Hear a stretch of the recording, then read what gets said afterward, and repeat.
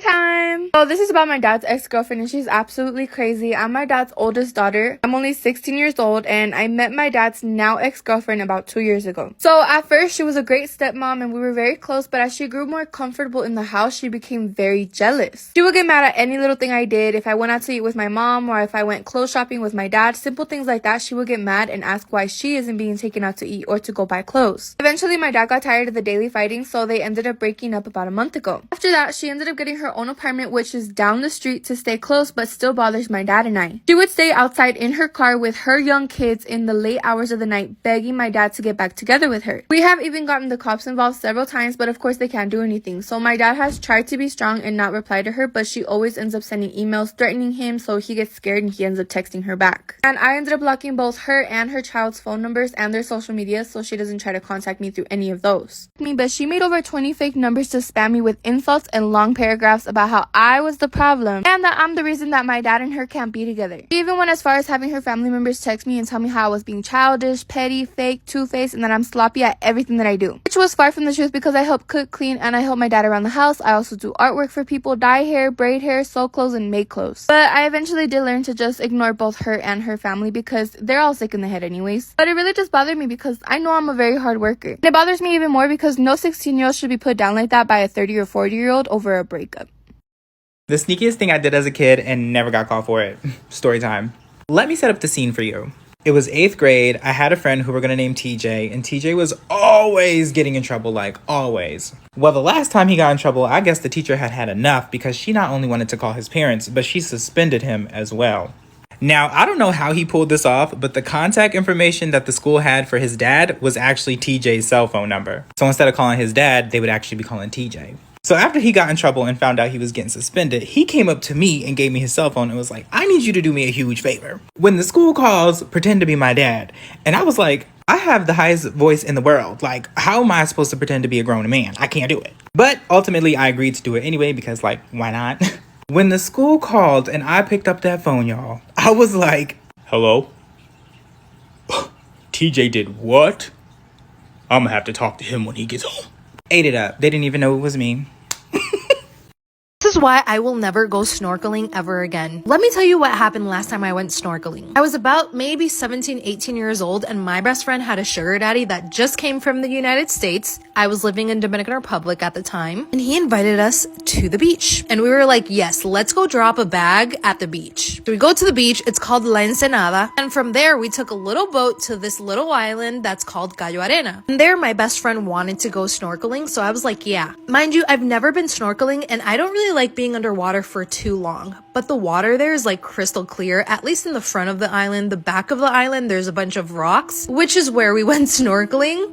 Beautiful fishes, by the way. It was my turn. I put on the goggles, I put on the flippers, even that mouth thing, I don't know what it's called. So the guide told me to hold on to his shirt and he was gonna swim. He starts getting close to a rock and my panic still hasn't like kicked in yet. He literally starts swimming down where the water's starting to get darker and colder. There are beautiful fishes there, yes, but as soon as that cold water hit me, I had an extreme panic attack underwater and the guide literally had to pull me up because I couldn't swim. I was like, I can't see, I can't breathe. Literally a panic attack. When we get out, he's like, why didn't you tell me you have thalassophobia? And I'm like, what is that? Thalassophobia is an intense phobia or fear of large bodies of water, ocean, the sea, or large lakes. I didn't know I had thalassophobia, babes. I wouldn't have gone with you. After that little panic attack, I've gone to the beach, but I never get in the water. And I stand by, if I can't see what I'm stepping on, I'm not getting in. No, but did I tell you guys a story about how I got married before I got engaged? It's as chaotic as it sounds. Next week will be 5 years since this incident. I'm on my way to work. I get off the metro, Pershing Square, downtown LA. I'm walking on my way to work, literally getting bombarded and stopped by groups of men like, who's your daddy? And I'm like, please, I actually just dropped my dad off at work. I make this long walk all the way across downtown LA to get to work when I see my phone is blowing up. I'm like, what happened? I see a text from my boyfriend that says, call me right now, this is important. So I'm like, okay, freaked out a little. So I call him like, what's up? And he's like, hey, you're not going to work today. I'm like, joke's on you, I'm already at work. He's like, okay, cool, you gotta leave right now. I'm like, I can't leave, I literally just got here. He's like, well, make up an excuse because I'm downstairs. I'm like, what am I supposed to say? I don't lie. And I'm like, well, is this gonna be like a little bit? Like maybe I can meet you and come back. He's like, no, you're gonna be out the whole day. So at this point, I'm like, okay, something terrible happened. I text my boss like, hey, family emergency, sorry, I gotta go for like a hot minute. I step outside and like no one's there. No one's there. I'm like, am I being punked? So I'm calling and calling, texting and texting, 5 minutes, 10 minutes, 15 minutes pass. Nobody's answering my phone call. You can imagine how freaked out and anxious I am, right? I get this call, it's an emergency, come downstairs, you're not going to work. Like, I'm like freaked out and super anxious. So I'm starting to get really frustrated. And you know, I'm not a perfect person. I have really bad temper. To let you guys know, I'm a Taurus. So at this point, my fear has struck into anger. I am livid. How you gonna tell me, a workaholic, to leave work and not be there? So I think the worst has happened. No one's answering my phone. I've been pacing around the streets of downtown LA, okay, for 15 minutes at this point. And then my delicious Prince Charming decides to roll through. And he is, God bless his soul, slow and patient and takes his sweet time. As a neurotic, anxious person, I am about to just rip one on him. He rolls down the window like, hey babe, how's it going? You know when your parents call you and they get angry that you don't pick up, and then you call them back immediately and they don't pick up and you're so mad? Picture that, but like 50 times. Long story short, I sit in the car and he says, we are gonna go to the courthouse and get married. Jaw dropped. Last thing I was expecting. I hate to do this, guys, but we have to go to part 2 because there's just so much more. Part 2. 5 years ago, I got married before I was even engaged. Let's talk about it. In part 1, I told you guys that my boyfriend calls me and says that I have to leave work immediately. He's there, he didn't go to work, and he has to pick me up. It's an emergency. But he doesn't tell me why and just says I have to leave. Eventually, I meet him and he says, we're on our way to the courthouse and we're gonna go get married. Naturally, obviously, I'm like, excuse me?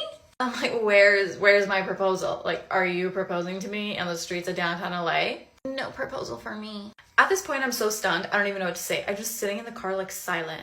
Like, is this it? Is this my life? And this was 5 years ago, so I was 22.